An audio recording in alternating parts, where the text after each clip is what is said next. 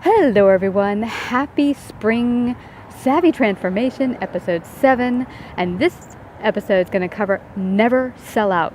Never sell out on your integrity, on your values, and who you are as a person. This was a lesson I learned way back. I think you might have noticed in the last episode I talked about never letting others define the parameters of where you want to be, who you want to be. And I entered into a wonderful corporate job doing accounting. It was my very first accounting job, doing billing. And what was interesting about that job is I was there 6 years, wonderful environment. I couldn't have loved the people more. Tremendous group of people, employment. It was just fabulous. But after 6 years, I got bored. I was doing the same work every day. It was humdrum. And being such a small company, there was really, I felt, nowhere really to move up and no real change. So after 6 years, I decided I want change. So I went on to the job market, started looking for interviews for another job in accounting.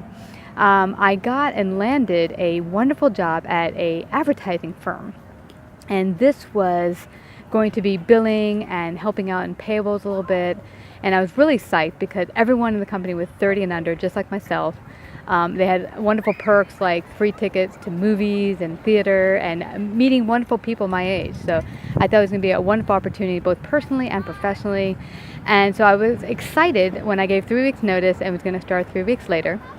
And lo and behold, the day shows up. I'm excited. I get dressed, and the agency, the headhunters that hooked me up with this job, gave me a call and said, "Hey, we have another job that I think is even better, and they want you, and they want to interview you, and are you interested?" And I'm like, "Well, no, because you just got me another job, and I start today." And he said, "Well, it's such a great opportunity, and we think you're such a great match. We think you should just go see them." So I said, okay, so I'll just go check it out during my lunch. Not thinking anything of it, I'll just check it out. Well, lo and behold, I go to the interview, and they want to hire me faster than I can finish telling them about my resume and my experience. They just want me in the door so bad. And I should have been a big clue to me that they had me carted off to the back of the company. I didn't really see any of the employees or managers. But they seemed rather desperate. But they're willing to pay me $18,000 more than I was making. So, I mean, to me, that was a huge raise. To me, that would have been Yuppieville. Like, I went from making money to, oh my gosh, I'm a yuppie now in Manhattan. So little dollar signs rang up in my eyes, and I immediately could not say no, and I said, yes, I'll take it. Called the agency, said, "I'm sorry, you're going to have to talk to the other people and tell them I quit because I'm taking this other job." They said, "Okay, great." Really, the decision was a poor decision for many reasons. One sec.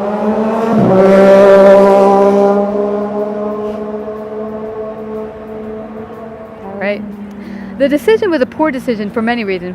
For one, it went against my value system. I made a promise to this advertising agency.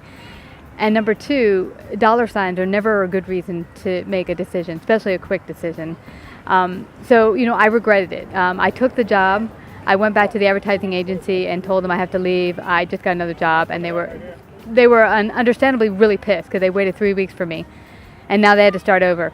It was wrong of the headhunters also to look at getting more commission and not think about their client, and so we were both on the wrong. But bottom line, here's how it kicked me in the ass. I went to the new job. It was probably the worst job I've ever been at. It was like the job from hell. The owner of the company called his wife a BTICH and called other employees variable names, some having to do with race and gender, not pretty. And now I had to go in and manage the entire office and the accounting department. And let me say, when people are that miserable working under this environment of really abusive behavior, no one's going to be wanting to listen to you give orders. So within the week, I just wanted to, slip my wrist and oh my gosh, I was so depressed.